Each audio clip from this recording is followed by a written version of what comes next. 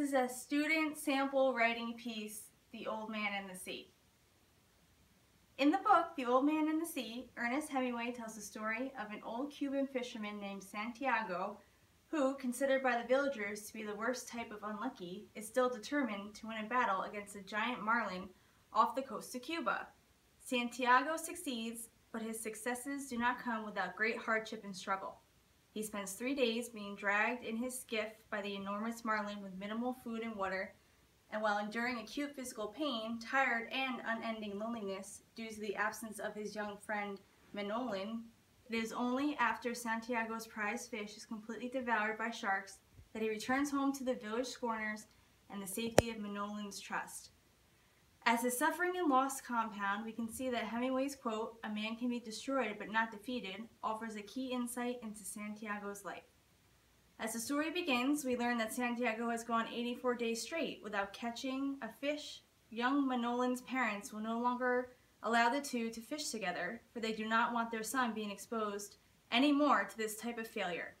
Santiago and Manolin are deeply saddened by this news, but Santiago does not let the loss of his friend or the defeat that others see him suffering keep him off the sea. Rather, with bright and shining eyes, he thinks maybe today, every day is a new day, and prepares to catch the biggest fish of his life. This shows that even though almost all of Santiago's acquaintances feel that his fishing career is over, he sees it about to reach its all-time high. Though he knows he is physically older and weaker than most of his fellow fishermen, he refuses to let their opinions and stereotypes destroy his confidence and determination. As the story progresses, Hemingway presents an even more vivid picture of Santiago refusing to be destroyed by the forces that threaten to defeat him. Even after he accomplishes the difficult task of hooking the giant marlin, he finds his skiff being dragged by the other fish for 2 days. Living in this small boat is no easy task for Santiago, and soon injury and suffering seem to take over his entire body. His back is sore from sitting so long against the stiff wood, his face is cut from fishing hooks, his shoulder aches, and his eyes have trouble focusing. Most difficult to endure, though, is the terrible condition in which he finds his hands. The left one is weakened from a period of being tightly cramped, and both are extremely mutilated from the burn of the fishing line. It would have been so much easier for Santiago to simply give up and release the fish, yet he knows if he endures a little longer, victory will be his. Even when it seems he has no effort left, Santiago promises himself, "I'll try it again." This is Santiago's real inner determination coming through.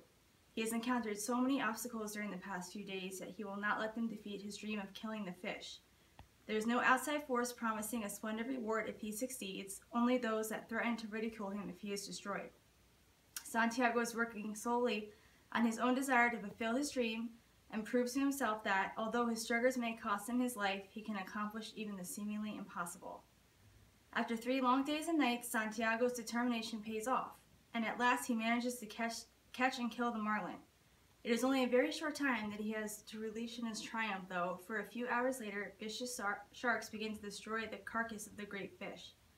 For hours, Santiago manages to ward them off, but this time it is not he who wins the final battle. Spirits low and pain at an all-time high, Santiago returns to the village, towing behind him only the bare skeleton of a treasure that once was.